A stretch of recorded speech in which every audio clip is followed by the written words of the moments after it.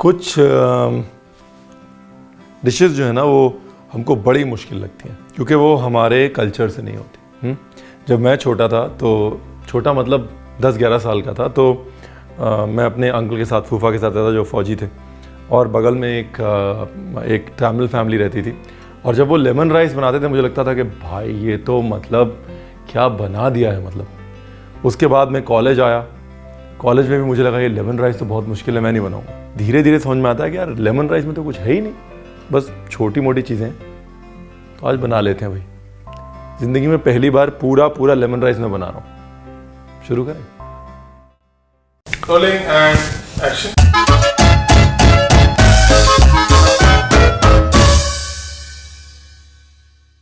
तो lemon rice बनाने के लिए आपको चाहिए लेमन और राइस। इतना टेस्टी होता है ना कि आपको लगता है यार इसको तो बड़ी मेहनत लगी होगी बनाने में, ये कैसे बनेगा। और जब बनाने पे आओ तो लगता है अरे सिर्फ इतना ही। तो मैंने ना लेमन राइस बनाने से पहले कम से कम नहीं तो 6 लोगों को फ़ोन किया होगा, नहीं कुछ गड़बड़ है, ज़रा आप बताओ। सब कहते नहीं भाई कोई गड़बड़ नहीं है, रेसिपी एक्चुअली इतनी सिंपल होती है।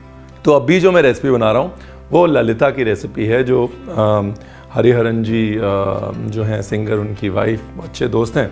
तो उनसे बोला मैंने, ललिता मेरे को बेस्ट रेसिपी दे दो। तो ये जी best recipe of lemon rice, dedicated to Hariharan ji, to Lalita, and great tasting simple food. सबसे पहले जी तिल का तेल। ये टिपिकल ना टिफिन रेसिपी है, मतलब आप कभी इसको गर्म नहीं खाओगे। You'll always have it room temperature or warm. And as usual, जैसे मैं हर बार बोलता हूँ कि तड़का लगाते समय सामान जो है वो बिल्कुल सामने रखें। तो ये टिफ़िन का जो खाना है ना, उस खाने की खूबी पता है क्या है? उस खाने की खूबी ये है कि इट स्टेज फॉर लॉन्गर। मतलब सुबह लेके गए डब्बे में, दफ्तर में खा लिया, या फिर कहीं सफ़र पे जा रहे हैं वहाँ खा लिया, या प्रसाद की तरह बना तो पड़ा रहा, कोई बात नहीं, बाद में खा लिया। चाहे वो जितने खट्टे राइस हैं ना, all these sour rices, puliyodare, puliyoru, puliyogare, tamarind rice, lemon rice, ये राइस इसलिए भी अच्छे हैं बिकॉज ये राइस की शेल्फ लाइफ बढ़ा देते हैं। नहीं तो चावल ख़राब होने में 2 मिनट लगते हैं। नहीं भाई, हाई वाटर फूड है, it spoils faster. This is a good way of preserving rice for longer journeys. That is the science behind all the sour rices. तो जी ये लो, हमने तो अपनी दुकान लगा ली, ये हमारी तड़के की दुकान रेडी है। ओके, राई रह गई, वो ले आते हैं। ये गई राई। राई जैसे ही हल्की सी चटकेगी, और ये गई गोटा उड़द, और ये गई गोटा उड़द और चना, कड़ी पत्ता, हरी मिर्च, लाल मिर्च। अच्छा, हींग जो है बहुत कंट्रोवर्शियल टॉपिक है। 2 चीज़ें जो कंट्रोवर्शियल टॉपिक हैं लेमन राइस में, वो है हींग और मेथी। आयंगर घरों में मेथी को घी में भून के उसका पाउडर बना के वो डालते हैं लेमन राइस के ऊपर। कई जगहों पे हींग डालते हैं, लेकिन ललिता नहीं डालती, इसलिए हम भी नहीं डालेंगे। ठीक है ना। ये लो, अभी कैशू नट्स, पीनट्स, क्लासिकली ना, मतलब ये राइस जो है होता है ना best eaten with, this rice is best eaten with creamy coconut gravies. अभी तक मैंने क्या कर दिया पहले मैं बता देता हूँ। देखिए, सबसे पहले तेल लिया, तेल के अंदर राई डाली, राई के साथ में भी दालें डाल सकते हैं, थोड़ी बाद में भी डाल सकते हैं राई चटकने के बाद।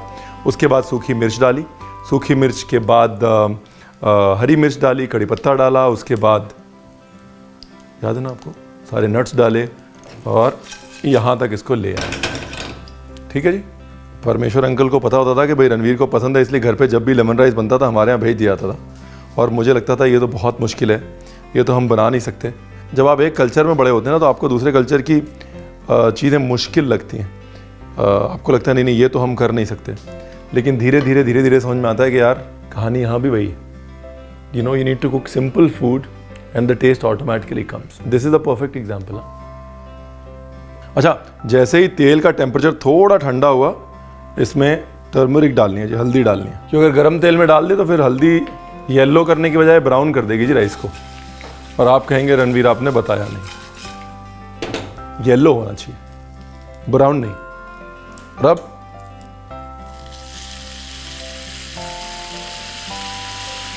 छोड़ना कुछ नहीं है जी, ये हमारी दादी ने हमको सिखाया है।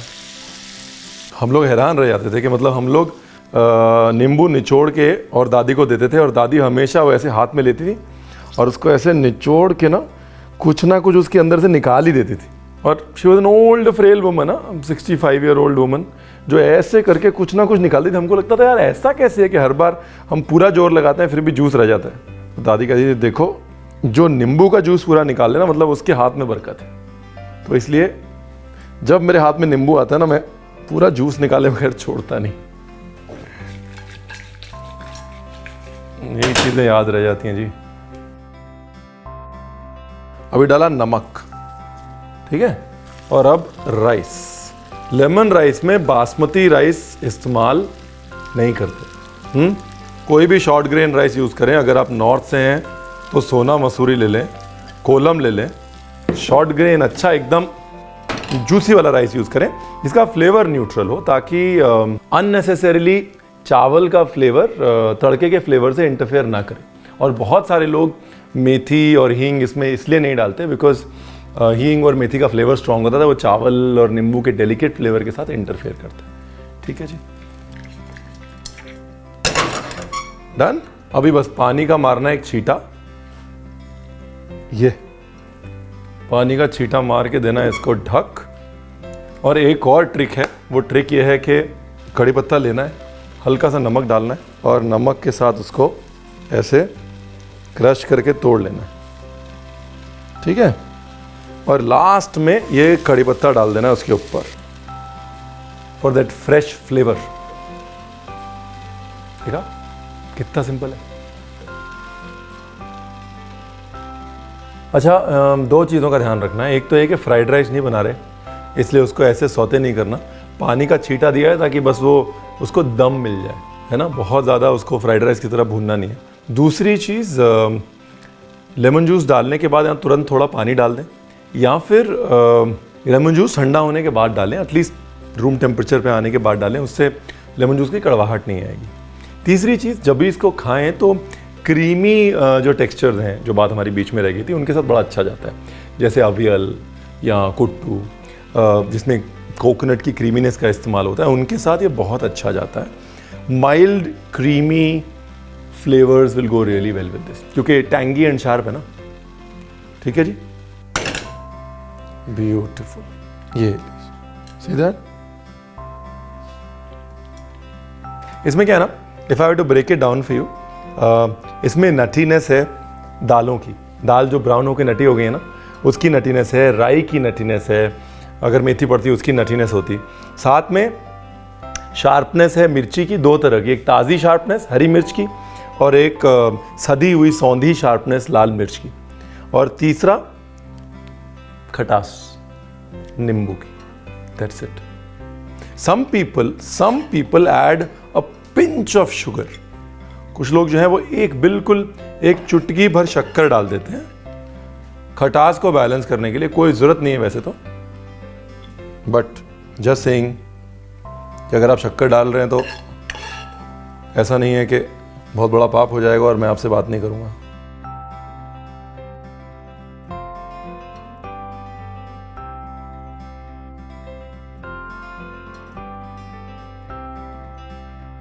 डिटेल्ड रेसिपी बारीकियों के साथ, इंस्ट्रक्शंस के साथ नीचे डिस्क्रिप्शन में दी हुई है, प्लीज़ चेक इट आउट।